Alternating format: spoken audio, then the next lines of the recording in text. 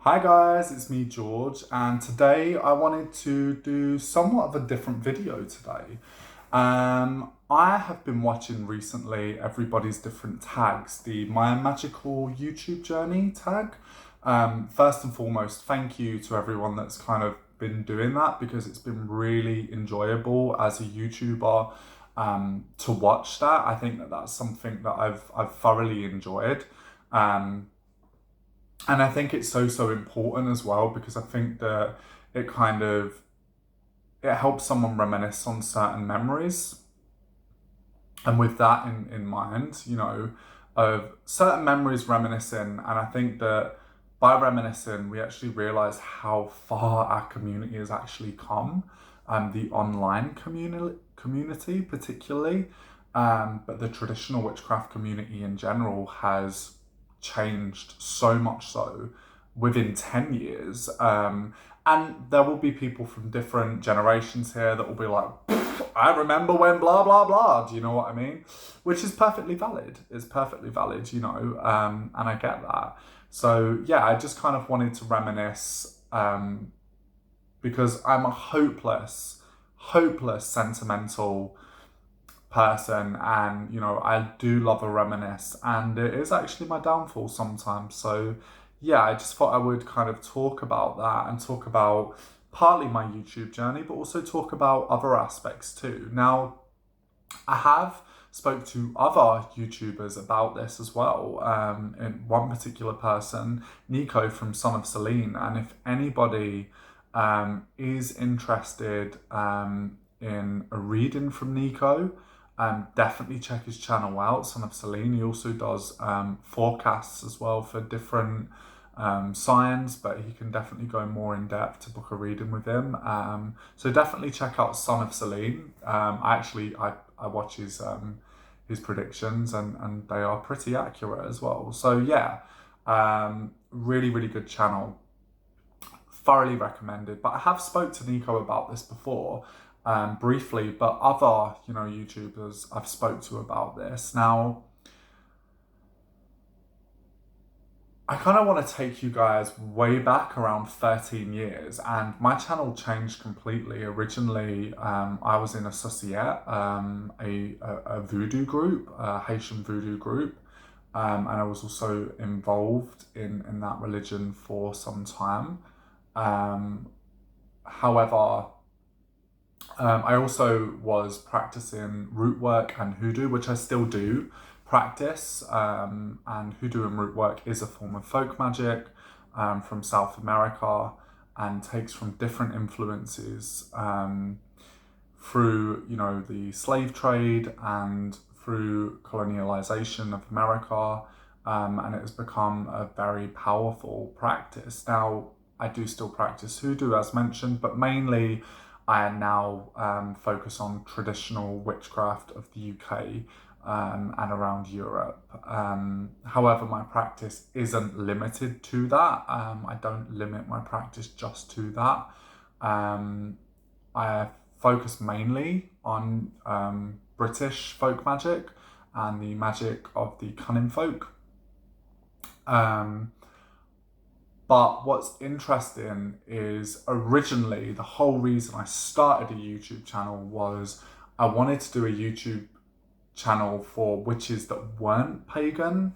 Primarily back then, I actually worked mainly within a Christian context, mainly within a Catholic context. And since getting back into traditional witchcraft, that has changed. I do still work within a Catholic and Christian context, but I also work with gods and goddesses, and I work with the gods. So,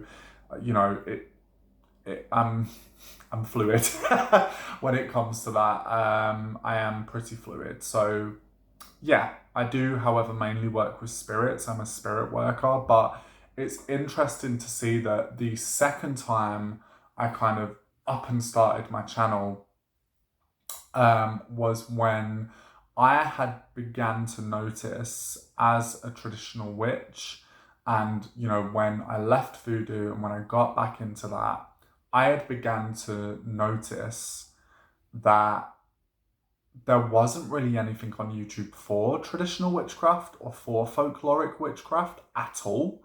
There were a couple of YouTubers. Now, I'm going to mention a couple of names here. Some I don't even know their names.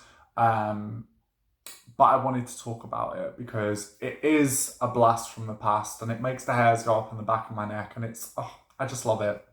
I don't know why, it's random, but I wanted to talk first and foremost, the only channel at the time, and apologies if I did not come across your channel, but the only channel at the time I could see on traditional witchcraft about 13 years ago was three channels, I believe, three channels. The first one, who was actually the influence for me starting and revamping this whole channel for a traditional witchcraft channel, was a lad. I would even go so far as to say a boy. I don't necessarily know his age, but at the time he was quite young. I would actually say late teens.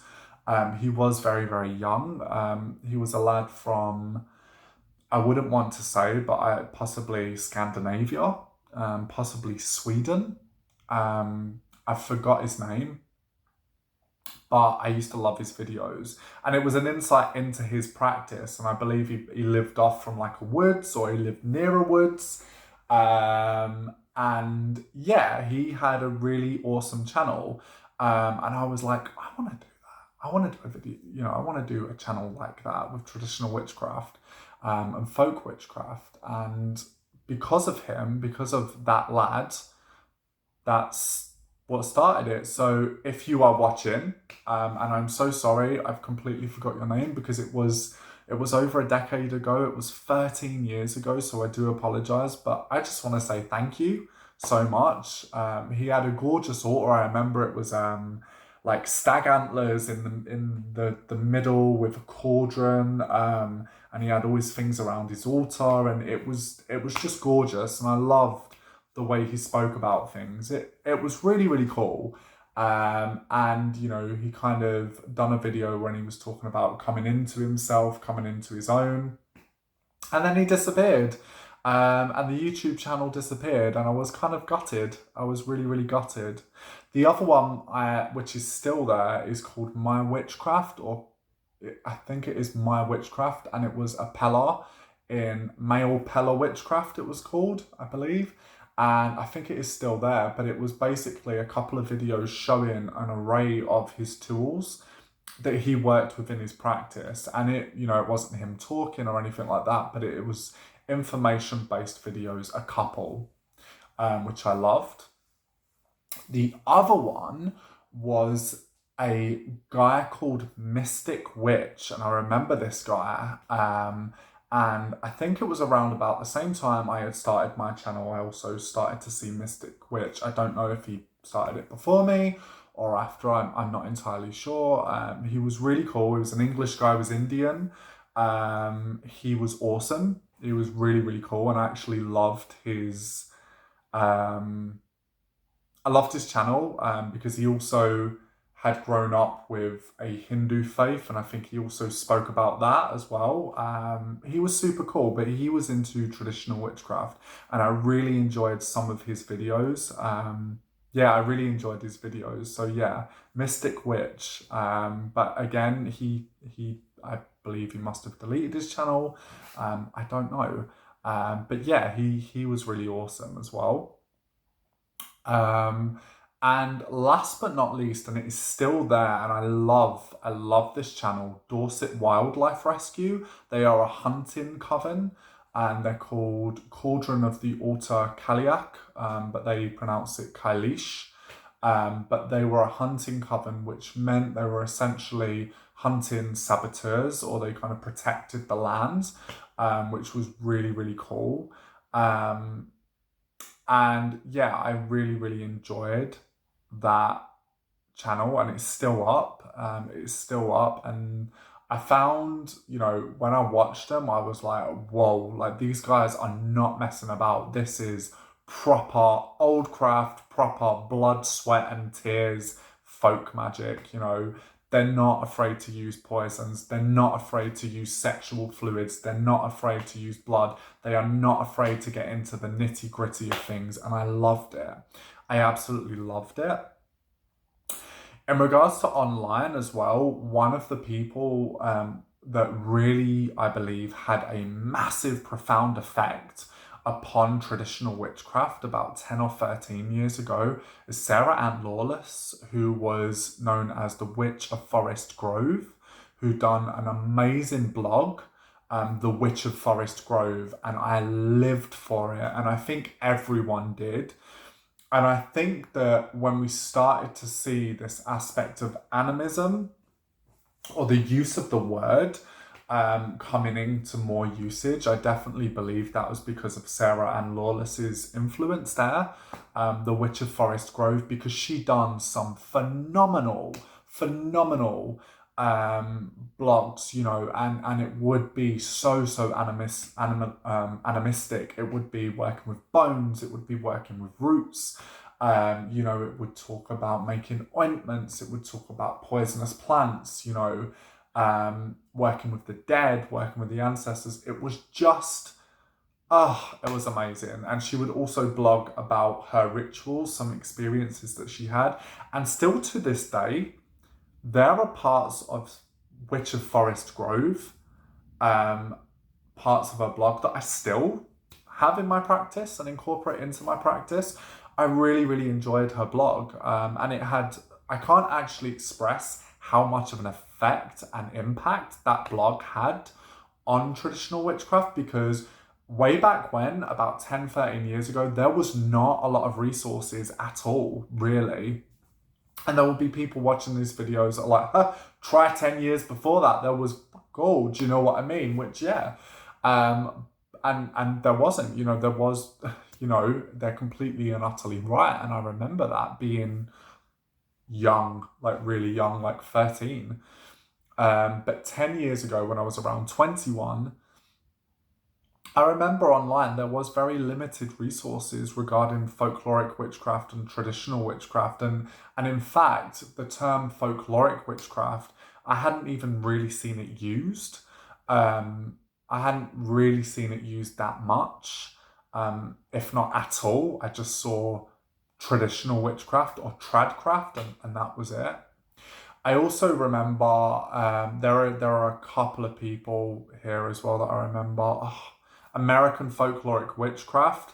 I remember them, known as Lorelei Black at Blade and Broom. Definitely check her out. Her channel is amazing. She also does the Red Thread Academy as well, and there are a couple of YouTubers here that also work within that current and tradition of folkloric witchcraft. But definitely check her out, because American Folkloric Witchcraft, also, you know, I know a lot of people that took from that as well, and that had a really big impact. Nigel Pearson's book, Treading the Mill, is timeless. It is completely timeless. And I know practitioners to this day that still recommend that book for beginners. And I myself still recommend that book to beginners. It is timeless. That book has still had a huge impact upon people even today within traditional witchcraft, and I'm so glad that it's been redone as a second edition, I believe second edition.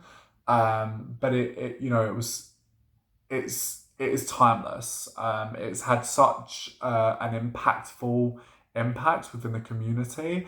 One of the other books as well, a couple books that this author had done was Nigel Jackson, and he had done Call of the Horned Piper, which was everyone loved, and Masks of Miss Raw. I had both of them, and I don't know why, but I got rid of them, and they are worth a lot of money today.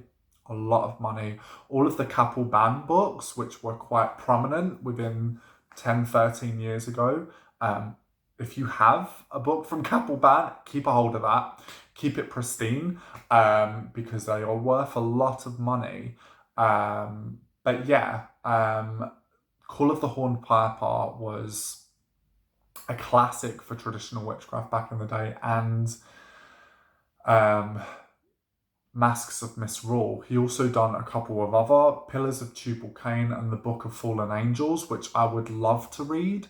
I've never actually had the chance to read them, unfortunately, but I would love, I still to this day would love to read them. I really would.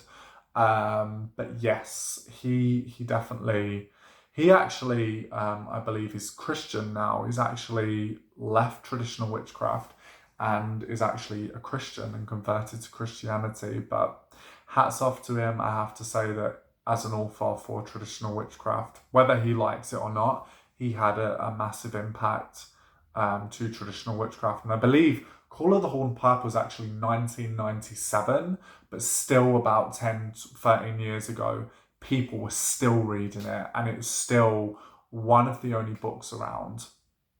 And there was another book, Light from the Shadows, by just an author called Gwyn, which was about traditional witchcraft. And of course, Gemma Gary's Traditional Witchcraft, A Cornish Book of Ways, about 10 or 13 years ago. I can't quite remember what date that come out, but that was still impactful, and it still is today. In fact, that is another book that is timeless. You know, I think some of these books can almost be spells within themselves. But yeah, I guess I wanted to reminisce a little bit. I wanted to go back to the good old days, to way back when, and I wanted to talk about it because I think that it is something that is important to talk about. And you know, all these things had massive impacts on traditional witchcraft. Now, traditional witchcraft today has boomed. You know, you've had films like The Witch. You've had things like The Chilling Adventures of Sabrina, which drew from heavily folkloric aspects of witchcraft. You had Salem, which season 1 drew very much from folkloric aspects. Season 2 a bit, and season 3 was shocking. But that's by the by. You know, there are now many different authors around traditional witchcraft, and we have an abundance of traditional witchcraft books. We are spoiled compared to how we actually was back when. We are completely and utterly spoiled compared to the amount of resources that we had back then. We really and truly are. My apologies, the neighbour just shut the door. This is an old building, happens in Scotland. So yeah, you know, we are completely and utterly spoiled in terms of the resources we have now compared to what we had 10, 13 years ago. And then you go back even further than that. I mean, Witchblood, The Call of Flesh and Bone, is still on Facebook. And that, again, is another timeless thing. People still use that group and still work with that group. And that was a group that really had a big impact. I also remember Robin Artisan as well, The Witching Way of the Hollow Hill. And Robin Artisan had also a website as well, where I believed you entered Alpha May on it or something like that. I can't quite remember. But yeah, Robin Artisan as well had quite a big impact on the way that people were practicing. Admittedly, I was never much a fan of Robin's work, but that doesn't mean that I don't have respect for him as an author. I do you know what I mean? But I definitely drew from some of the works that he actually done, you know. What was the Declaration of the Compass? I come hither to the western gate of hell. I can't remember, but it was beautiful. It was absolutely beautiful. And I know that he actually had a lot of impact on traditional witchcraft and how it was practiced. So yeah, I just wanted to do this. It's about 20 minutes long, but doesn't matter, does it? I think that, you know, I just wanted to share my journey with you guys and my journey with everyone and let you all know. And it would be amazing if that, you know, people from the past were watching this video, such as Mystic Witch, you know, such as, you know, just different, oh my God. And also, how could I even forget him as an author? See, this is what happens. It floods back. Peter Padden, the late Peter Padden, bless his soul. who wrote A Grimoire for Modern Cunning Folk. That was an amazing book. That was a phenomenal book. And I think that book, for me, what I really enjoyed about that book was it took the folkloric aspects of witchcraft, but it diverged some of his and his coven's practices, but it also included energetic work. And I don't think that working with energy or energetic based work is spoken about as much in traditional witchcraft, and I think it should. I think it's super important for successful spellcasting, for successful work-ins. I really do, and I think that's something as traditional witches we kind of, everyone really does, but no one really talks about it, and I think that actually that has such an impact. But his book, Grimoire for Modern Cunning Folk, really, The Crooked Path, A Grimoire for Modern Cunning Folk, really had a big impact on people practicing traditional witchcraft. And I myself remember I had my skull and I had like a red candle and a blue candle with a black candle on the head and the white candle behind. And there was this whole setup. Maybe I've got the candles the wrong way. I really enjoyed that book. And the late Peter Padden, I thought he was a phenomenal crafter. He really was. And I think he was another one that really pushed the craft into the limelight. And I, all these people that I'm speaking about, I have massive respect for. And my apologies if I've missed anybody out. I think that I'll do this video and I'll be like, what about them? What about Lou? What about Macy Lou? What about, Simon Gray? I don't know. All these, actually just the last one, I just reeled off my old ballet teacher. That's really weird. Don't know why that happened, but we're over 20 minutes. I'm sticking with it, guys. That's it. That's your lot. But all these people really had an impact. And my apologies once again if I have missed anybody out. I haven't meant to do that at all. I could sit here and also talk about Michael Howard. Michael Howard has had a massive impact on traditional craft. And, this is only 10 to 13 years. If we go back, I'll be here for hours and hours, because the history of traditional witchcraft and the different practices and beautiful currents, and they are, each and every individual current of traditional witchcraft is beautiful. It may not be the way I practice or someone else practices, but it doesn't stop it from being beautiful, because it lends a part of its hand and its influence to the workings of traditional witchcraft as a whole, and it becomes this profoundly beautiful interwoven tapestry that connects and it holds that electric within the current of the tradition of tradcraft as a whole. So yeah, I hope you guys enjoyed this video. It has been nearly 25 minutes. Once again, apologies if I have left people out. But yeah, over and out. And thank you to everyone, past and present, that lends a hand, that puts their two bob in, that puts their input in. And, you don't realise it, but by doing this, we put a piece of ourselves into the movement of traditional witchcraft as a whole. We help, you help inspire other people, because all those people that done that in the past, to me, as a practitioner, invigorated me, inspired me. And I think that is super important. I think sometimes people as contributors kind of forget that. And I really do think that a lot of people from around the community, 10 to 13 years ago, kind of forgot, but they definitely have had an amazing impact on traditional craft. So yeah, over and out. Peace.